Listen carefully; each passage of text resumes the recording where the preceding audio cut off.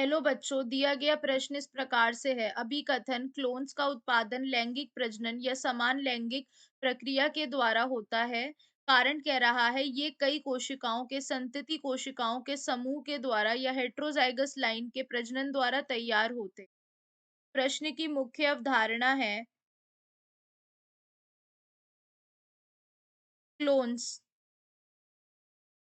अगर हम बात करते हैं क्लोन्स की, तो जो क्लोन्स होते हैं यह अलैंगिक प्रजनन द्वारा अलैंगिक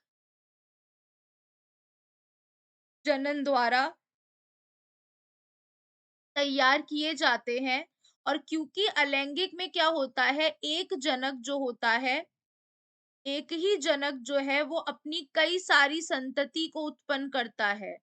तो यह इस तरह के इनको क्या कहा, संतति को कहा जाता है क्लोन्स। इस तरह की संतति को क्लोन्स कहा जाता है जिनका जीनोटाइप और फिनोटाइप दोनों ही क्या होता है, समान होता है। अपने अपने पिता के यानी माता-पिता के जैसा, क्या माता ले लो या पिता ले लो, इनके जैसा होता है, ठीक है? यानी अपने उत्पन्न करने वाले जनक के जैसा, ठीक है? तो अब यहाँ कह रहा है हमसे कि क्लोन्स का उत्पादन लैंगिक प्रजनन या समान लैंगिक प्रक्रिया से हो रहा है, तो यह गलत है। लैंगिक कहा जाता है सेक्सुअल को, जबकि यह हो रहे हैं अलैंगिक यानी एसेक्सुअल से।